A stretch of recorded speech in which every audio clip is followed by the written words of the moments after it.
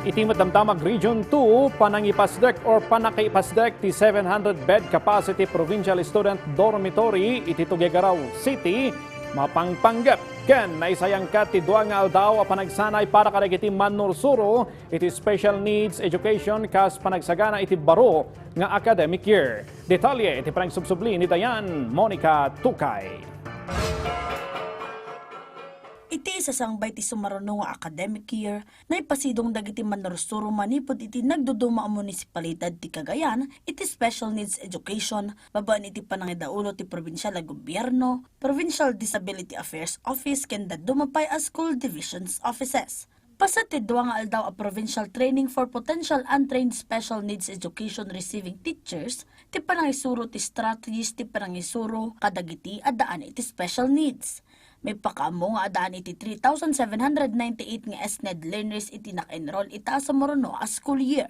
46 nga untrained SNED teachers manipod iti 63 a pagadalan ti dimalan ti panagsanay para kadagiti elementarya ken sekundarya a public schools iti probinsya.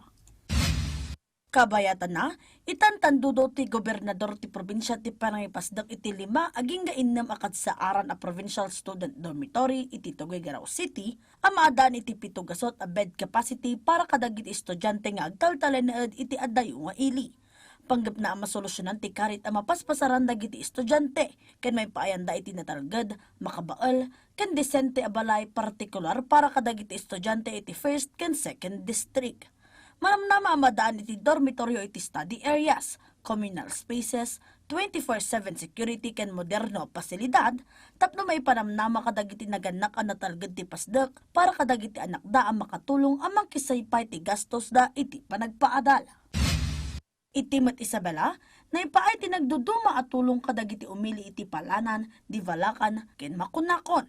Agrop 5.6 million pesos ti tulong para iti pagbiyagan, scholarship, ken bagas ti naipaay kadagiti na sa unga ili. May paay dagito iti agrop 1,770 a benepisyaryo, abukulan ti 305 nga scholar. Ang makaawat iti agrop 1 million pesos, kas first semester stipend. 423 met ababasit ang negosyante, ti agnumar iti 1.7 million pesos iti sidong ti iRise program. Nakaawat pa iti 819 na benepisyaryo manipod iti marginalized sector, ti monthly rice distribution program nga gatad, tinasurok 2.68 million pesos. Iti Nueva Vizcaya, sigun iti BFP, agarop 30 a structural ken non-structural a fire incidents ti record manipod iti Pebrero aging ga Abril ita atawan. Anang itonda iti mapatapata at 12.58 million pesos a danyos, kalpasan ti second quarter joint meeting da iti Kapitolyo. Ti Dupax del Norte ti adaan iti kadakkelan a danyos, adumanon iti 8.6 million pesos. Sarunuan ti Bayambong nga agarop 734,000 pesos. Ang Bagyo nga agarop 351,000 pesos. Kansolano nga agarop 346,000 pesos. Dayan Monica Tukay, para iti Pambansang TV, iti Baro a Pilipinas.